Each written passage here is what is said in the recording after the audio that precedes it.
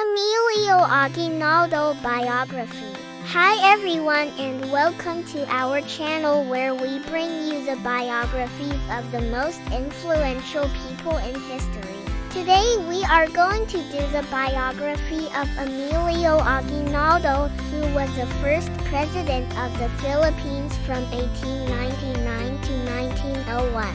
Aguinaldo played a key role in the Philippine Revolution against Spanish rule and later became the first president of the First Philippine Republic. His leadership and military skills were instrumental in achieving independence for the Philippines from both Spanish and American colonial rule. So let's get started. Early life and family. Emilio Ignacio de la Virgen del Rosario Aguinaldo y Feni was born on April 22, 1863 in Calit, Cavite, Philippines. He was the oldest of 8 children born to a wealthy landowner and his wife. Emilio received a traditional Spanish education at home from private tutors and was well versed in literature, mathematics, and the classics. Although he had no formal schooling, his father sent him to Manila to study at the Ateneo Municipal, but he did not finish his studies there. In addition to his intellectual pursuits, young Aguinaldo also developed a strong interest in military strategy and tactics. He read books on the subject and participated in militia training, which was mandatory for all able-bodied men in the Philippines at the time. This early exposure to military affairs would later prove invaluable when the Philippines revolted against its Spanish rulers. Revolution against Spain. The seeds of the Philippine Revolution were sown during Aguinaldo's lifetime. The Spanish had ruled over the islands for more than 300 years and their colonial policies were increasingly coming under fire from Filipino intellectuals and revolutionaries. One of the main points of contention was the forced labor system known as polo, which required Filipinos to work for the Spanish government without pay. Another issue was the high taxes that were levied on the Filipino people. Despite the fact that they were technically subjects of the Spanish king, they had no representation in the colonial government and their interests were ignored. As tensions grew, Aguinaldo became involved in revolutionary activities. In 1892, he helped found the Katipunan, a secret society dedicated to ending Spanish rule in the Philippines. When the Spanish authorities learned of the organization, they began arresting its members. Aguinaldo and other Katipunan leaders were forced to go into hiding or flee to safer areas. On August 29, 1896, a member of the Katipunan revealed the location of one of their caches of weapons to the Spanish. This prompted the group's leaders, including Aguinaldo, to initiate a revolt. That same day, Katipunan members rose up against their Spanish oppressors. They attacked several towns and government buildings, killing hundreds of Spaniards and their Filipino allies. News of the uprising spread like wildfire and soon thousands of Filipinos from all over the island were joining the fight for independence. Aguinaldo's military career. Although the revolution caught the Spanish by surprise, the poorly equipped and trained Filipino rebels were no match for the colonial army. Within a few months, they were forced to withdraw to the mountainous regions of Luzon Island.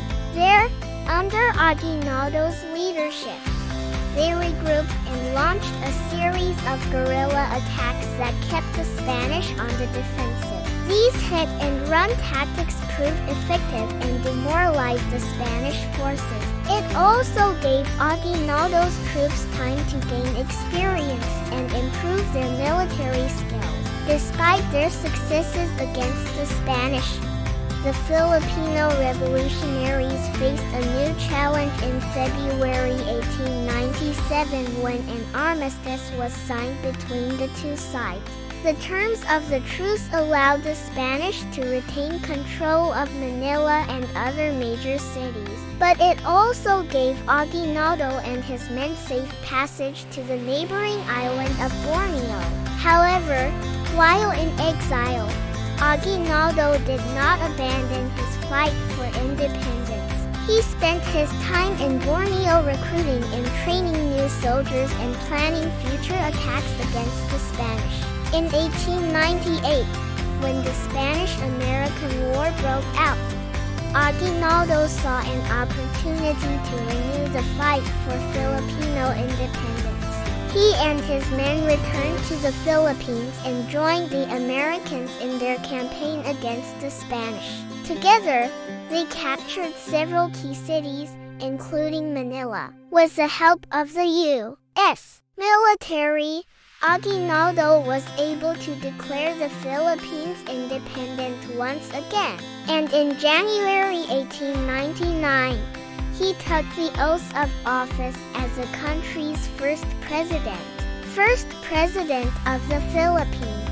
The First Philippine Republic was proclaimed on March 23, 1897 in the town of Biak, Nabato, located in the province of Nueva Ecija in the Philippines. This occurred during the Philippine Revolution, a period of struggle against Spanish colonial rule. Aguinaldo served as the president of this short-lived government until its collapse in March 1898. He played a significant role in the revolution by leading the military forces against the Spanish. However, Aguinaldo's presidency was not recognized by any foreign government due to the ongoing conflict with Spain. Additionally, the First Philippine Republic was not located within the territory of the present-day Philippines. Instead, its seat of government was established in a small mountain village called Tayero. This was chosen for strategic reasons as it was difficult for the Spanish army to reach and provided some level of security for the revolutionary government. Despite these challenges, Aguinaldo's leadership was instrumental in achieving independence from Spain. The following year, when the Spanish-American War broke out, Aguinaldo and his men joined forces with the Americans in order to gain support for their cause. Together, they successfully captured Manila and the Philippine capital was moved there. Aguinaldo then served as the president of the newly established Second Philippine Republic from 1899 to 1901. This government was also not recognized by any foreign power and was located in Manila, which was under the control of the United States military. The Second Philippine Republic was short-lived as it was eventually overthrown by the Americans who took control of the Philippines. Aguinaldo was captured and imprisoned by the U.S. military in 1901, but was later released and granted amnesty. Later life and legacy. After his release from prison, Aguinaldo lived a quiet life in his hometown of Collet. He spent his time writing about his experiences during the revolution and mentoring young Filipinos interested in public service. Despite his advanced age and failing health, he remained active in civic affairs and was a vocal critic of the American colonial government.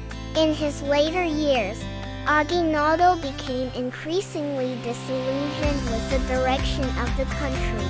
He felt that the Americans were not honoring their promise of independence and that they were exploiting the Philippines for their own economic gain.